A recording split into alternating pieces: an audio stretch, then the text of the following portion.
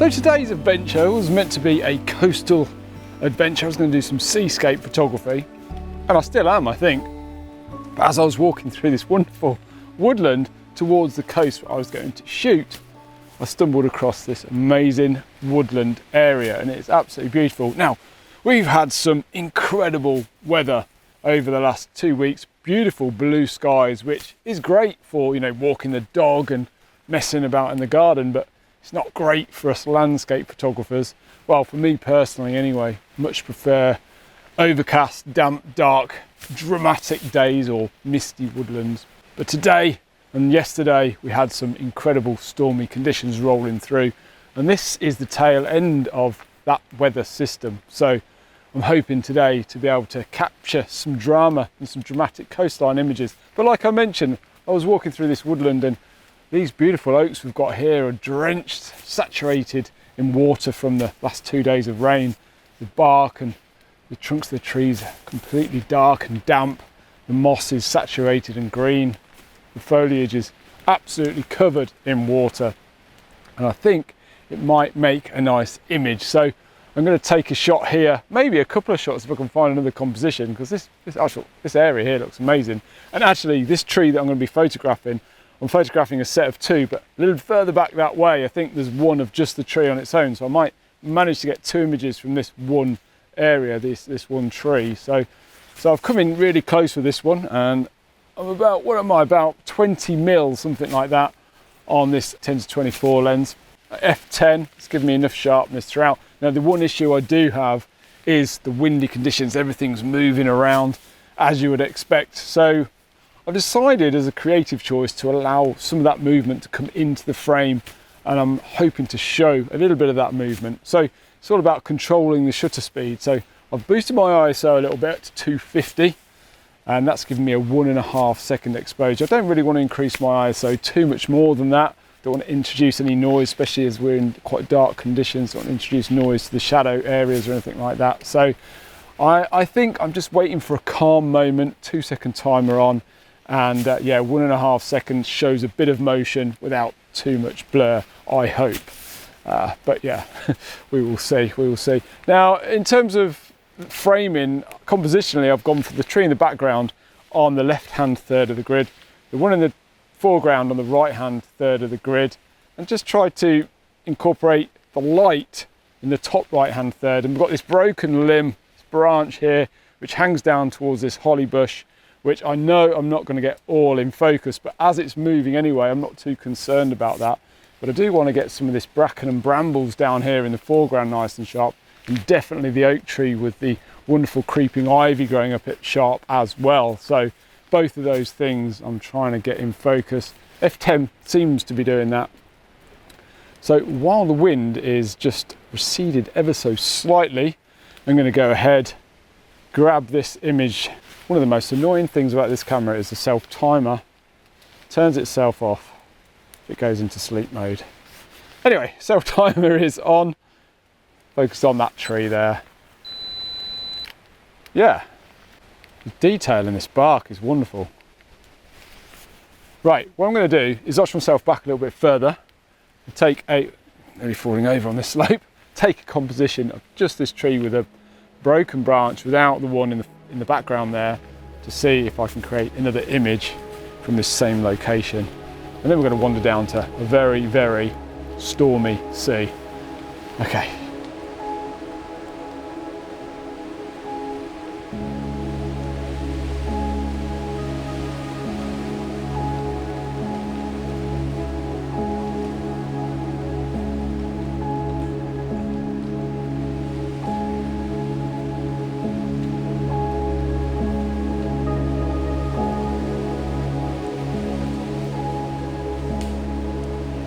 So I've come back just a little bit, probably about 10 meters.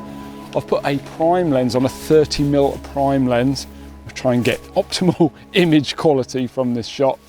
And I think the reason I've come back is I just wanted to, I do like shooting wide, but with a 35mm lens on, it's more of a natural looking shot. So my thought process being, if I come back a bit, go with the 35mm, I can get more of a natural framing.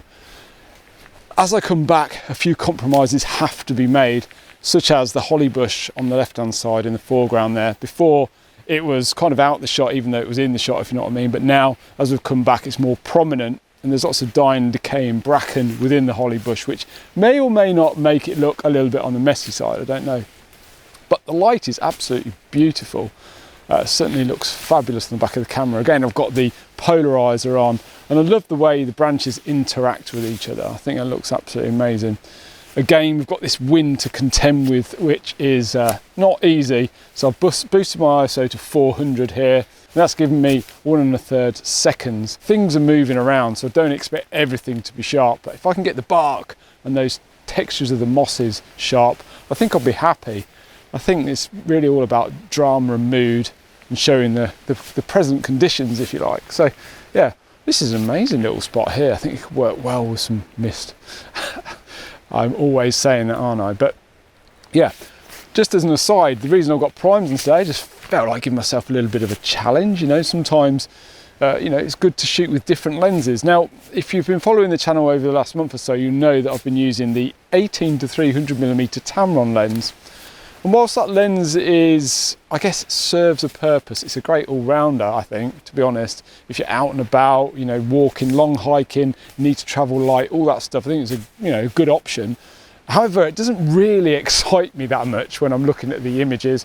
They're not perfectly sharp. They're, sharp enough, but not perfectly sharp. And the images always look a little bit on the flat side too. But in post-production, obviously you can apply some sharpness and bring out the detail and the colour a bit more. But when I'm looking at my images, I like them to look really, really nice straight out of camera. And I'm using some prime lenses today. I've got the 23-33 and the 50, whatever it is, 256, something like that. And yeah, I might be using those today to give me optimal sharpness. These are Viltrox lenses, some of the sharpest prime lenses I've ever used, actually. I use these for some of my professional work. So yeah, pretty good. There's compositions everywhere here, on the given day, of course. Anyway, I'm going to go ahead, grab a couple more of this composition just as this wind dies down. 2-second timer on again. Ooh, nice and calm. Nice and calm.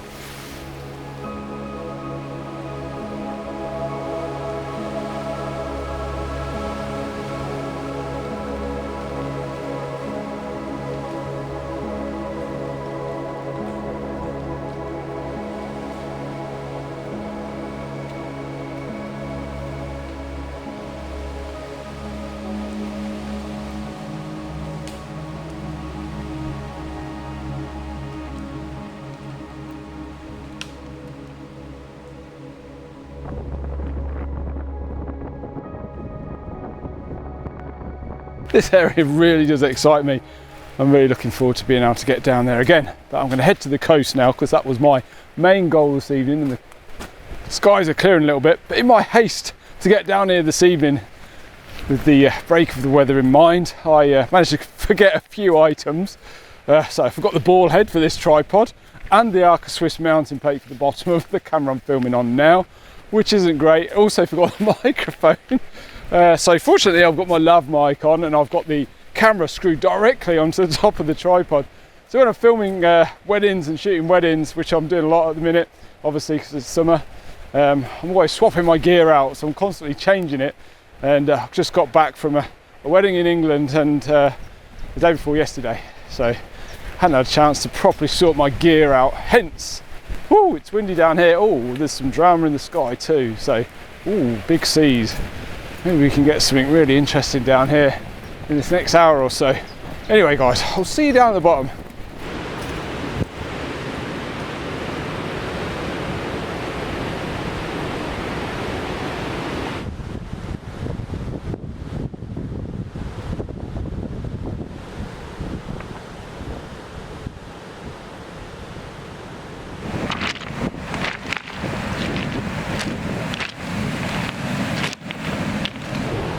The question is, do we shoot that way or do we shoot that way?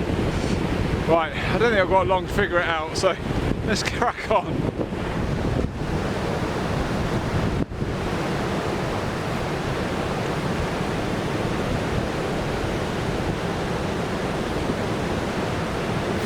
cloud has come across my scene now. I've managed to reel off a few shots. I've recomposed a few times, but it's very, very grey over there. But as you can see, back this way now, it's looking absolutely fantastic. And actually, when I was setting up the camera here, just so I could do the piece of camera, actually the composition that you're looking at now looks like it might work quite well. Although it's super wide. I'm going to continue to take images here, maybe swing round and see if I can get one there. But I love these dark grey pebbles here. We've got some colour in oranges and greens in the cliff face. Looks absolutely beautiful. So yeah, this vlog feels like it's been mackled together somewhat because I forgot half my gear. It was a last minute thing. It was pretty much rushed from start to finish. But I do feel like I've really enjoyed it. And I hope that comes across in the video. Yeah, thoroughly enjoyed this couple of hours down here this evening. So yeah, if you do enjoy this content and you'd like to see more madness like this, please do consider subscribing to the channel, hitting the thumbs up and dropping a comment down below. And if you really want to help out, please be sure to check out the Photographer's Clubhouse, where we learn, share and inspire one another to create amazing photographs. So after I show my images here this evening, there will be the 10 Clubhouse winners from the month of June, which was the Square Crop Challenge. Some amazing entries, so yeah, please enjoy those as well at the end.